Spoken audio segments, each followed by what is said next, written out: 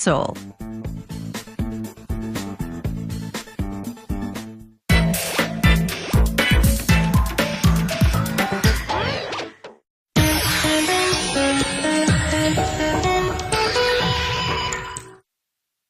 Rivets hold a lot of things together. Products fabricated with rivets include aircraft, cars, computers, and household appliances.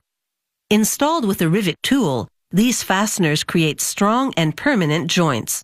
Without rivets, a lot of things might fall apart. Whether the job is large or small, chances are there's a rivet for it. And using a special rivet tool, it's possible to form strong attachments quickly and easily. Just take aim and pull the trigger. The rivet tool starts with a precast aluminum handle. A technician inserts a steel sleeve. It will serve as a chamber for hydraulic fluid. The spring for the tool's trigger is next. She screws an aluminum plate to the base to enclose the two parts in the handle. This is the pulling head assembly. It has tiny jaws to grab the rivet stem. She lubricates it and presses it into the main bore of the rivet tool. She installs a fill screw in the top of the handle casting for top-offs of hydraulic fluid during servicing. But the initial supply of hydraulic fluid is added through the steel sleeve at the bottom. She inserts an air piston assembly into the fluid-filled chamber. She threads a screw into the nose of the rivet tool. This keeps the internal workings in the correct position for the next step. She places the base of the tool into an air chamber. She hooks up an air hose and secures it with steel clamps.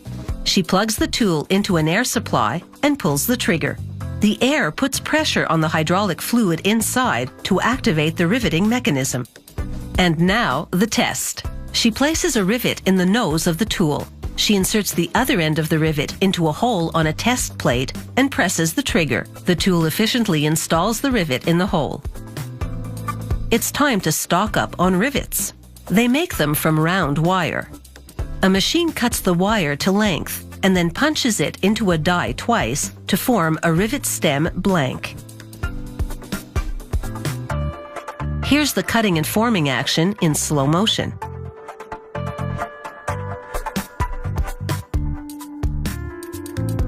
The machine operates in a blur, producing 200 rivet stem blanks a minute. The stem blanks move between serrated rolling dies. The dies form grooves to allow the stem to be gripped by a rivet tool. They also make ridges that will serve as a breaking point during rivet installation. This is a slow motion close-up of the serrated rolling dies in action. Here's the rivet stem before and after forming. The next machine creates the rivet body. It cuts wire to the correct length and forces it into dies. It takes 5 punches to transform the solid wire into a hollow rivet body.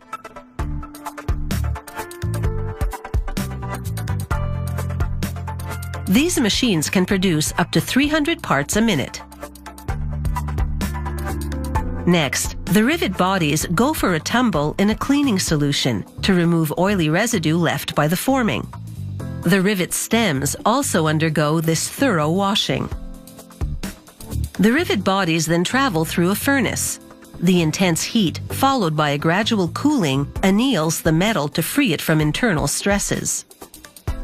After zinc plating, the rivet bodies head towards the next station. The rivet stems are also on the move. They travel through a channel that gradually widens to sort out stems that are too big or small. The undersized stems fall through at the beginning, and oversized ones fall off the end. A magnet loader collects the correctly sized stems, and the rejects are discarded. The rivet stems cling to the loader, which has been stopped for our camera. The rivet bodies now ride a carousel. It pauses briefly to allow a stem to be inserted into a body. These are slow motion shots. Let's bring the action back to real time. These machines work fast. they pump out millions of rivets a day. The rivets are now ready to leave this factory for another one, where they could be used to make almost anything.